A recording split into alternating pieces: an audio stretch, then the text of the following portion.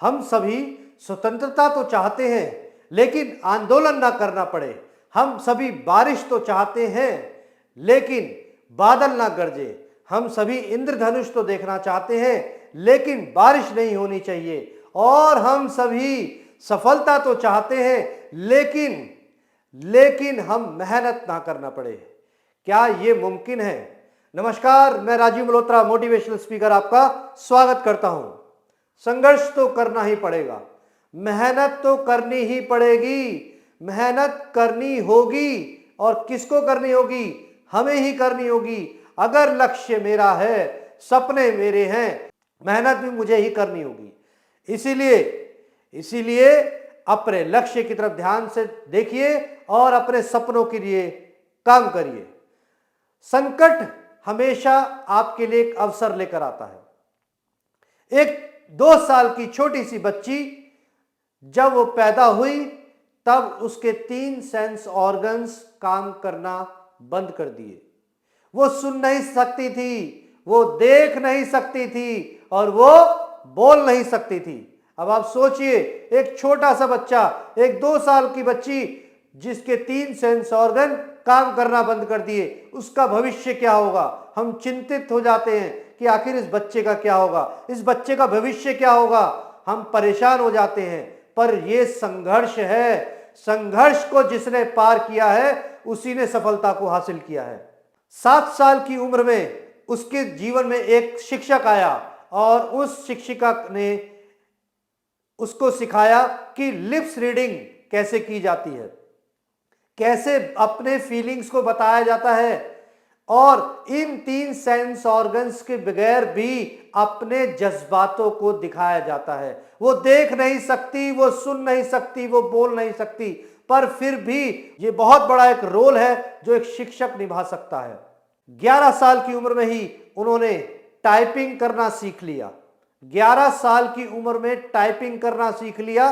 11 साल की उम्र में ही उन्होंने लिप्स रीडिंग करना सीख लिया। जो बच्चा बोल नहीं सकता, जो बच्चा देख नहीं सकता, उसने लिप्स रीडिंग करना सीख लिया।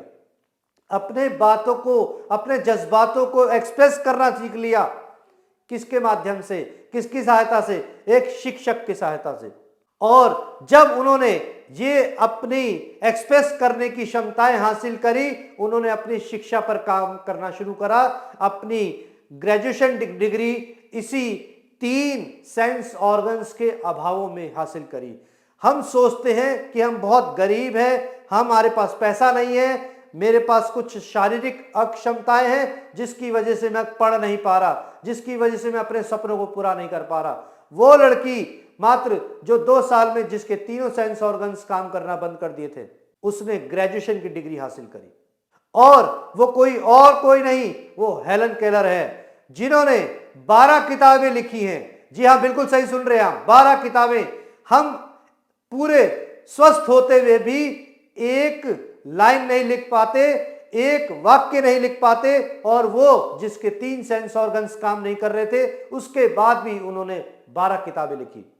और इतना ही नहीं, उन्होंने 1 नहीं, 2 नहीं, 5 नहीं, 10 नहीं, 12 राष्ट्रपतियों के साथ मुलाकात की, संवाद किया। सोचिए, जिनके 3 सेंस ऑर्गन्स काम करना बंद कर दिए थे, वही हेलन केलर जिन्होंने 12 किताबें लिख दी, वही हेलन केलर जिन्होंने 12 राष्ट्रपति के साथ संवाद किया। उनको, उनके जज्बात को, उनके हौसलों को साक्षात प्रणाम है, सलाम है। तो संघर्ष तो करना ही होगा, हमें अपने लिए करना होगा।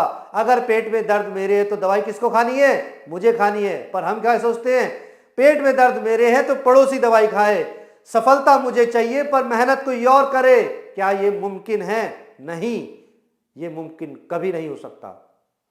प्रकृति से भी सीखिए, प्रकृति से भी सीखिए। सर, जब हंस उड़ते हैं तो आपने देखा होगा वो समूह में उड़ते हैं, ग्रुप में उड़ते हैं। तो जब वो ग्रुप में उड़ते हैं तो ग्रुप में क्यों उड़ते हैं? पहली बात, अगर ग्रुप में उड़ते हैं तो दूर तक जाते हैं, ग्रुप में उड़ते हैं तो ऊंचा उड़ सकते हैं, जब ग्रुप में उड़ते हैं तो बहुत तेज उड़ सकते हैं, इसलिए ग्रुप में उड़ते हैं।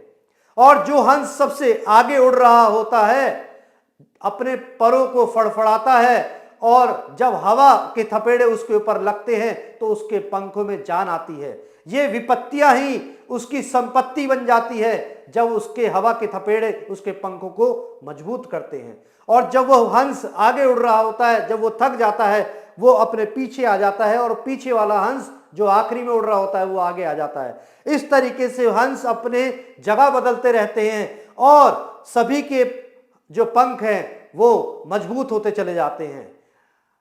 विपत्तियों में ही संपत्ति तैयार की जा सकती है, विपत्तियों में ही आपकी चुनौतियां मिलती हैं, और जब चुनौतियां मिलती हैं तो आपको अवसर होते हैं, और जब आपके पास अवसर आते हैं तभी आपका विकास होता है।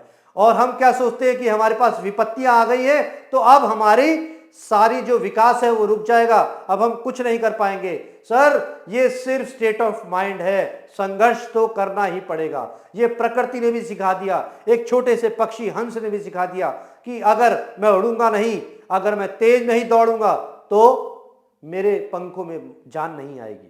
दौड़ना तो पड़ेगा। जब एक शेर सुबह उठता है तो वो सोचता है अगर मैं आज नहीं दौड़ा तो मैं भूखा मर जाऊंगा, और एक हिरन दौड़ता है, वो सोचता है अगर मैं नहीं आज तेज दौड़ा तो आज मैं किसी का भोजन बन जाऊंगा।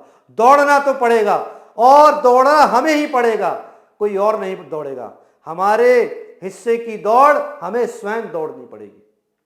संघर्ष तो करना ही पड़ेगा। कॉलिन पॉवेल जी ने कहा था कि हम अपने अतीत को बदल नहीं सकते, लेकिन हम भविष्य में अपने वर्तमान के प्रयासों के द्वारा अपने भविष्य को जरूर बदल सकते हैं।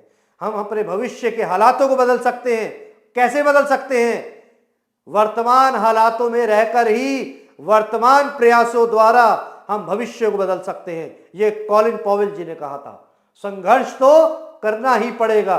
संकट को सफलता में अगर बदलना है तो हमें 3 काम करने पड़ेंगे। पहला, डिसीजन मेकिंग, निर्णय लेना पड़ेगा कि हमें खुद मेहनत करनी है। निर्णय लेना पड़ेगा कि मुझे जाना कहाँ है। ये महत्वपूर्ण नहीं है कि अभी आप यहाँ हैं, ये महत्वपूर्ण है कि आपको जाना कहाँ है। तो डिसीजन आपको लेना पड़ेगा। जिंदगी आपकी, डिसीजन आपका, परिणाम आपके, सक्सेस आपकी, सफलताएं आपकी, सब कुछ निर्णय पर निर्भर करता है। दूसरा स्टेप, काम करना पड़ेगा। सर, जो आपने डिसीजन लिया, डिसीजन लेने से सफलता नहीं मिलती। हम बहुत सारी योजनाएं बनाते हैं कि आज से मैं ये करना शुरू कर दूंगा, मैं वो करना शुरू कर दूंगा, पर वो योजनाएं जीरो हो जाती हैं जब हम उस पर काम करना शुरू नहीं करते। तो जो डिसीजन हमने ले लिया उसके बाद उसके ऊपर काम करना रह जाता है। जब आप काम करते हैं तो विपत्तियां आती है, जब विपत्तियां आती हैं तो चुनौतियां आती हैं, जब चुनौतियां आती हैं तो अवसर आते हैं, और जब अवसर आते हैं तभी विकास होता है। संघर्ष तो करना ही पड़ेगा। और उसके बाद हेलन केलर जी ने एक स्टेटमेंट दी कि अगर आपके पास भविष्य दृष्टि और दूरदृष्टि नहीं है तो आप आंखें होते हुए भी अंधे हैं। आप आंखें होते हुए भी अंधे हैं अगर आपके पास भविष्य दृष्टि और दूरदृष्टिता नहीं है। दूर की सोचिए। जब आप डिसीजन लेते हैं तब आपको दूरदृष्टि से ही डिसीजन लेना चाहिए, उसके बाद काम करना चाहिए, उसके बाद फिर दूरदृष्टिता से आगे अपने प्रयास लगातार करते रहना चाहिए। संघर्ष तो करना पड़ेगा।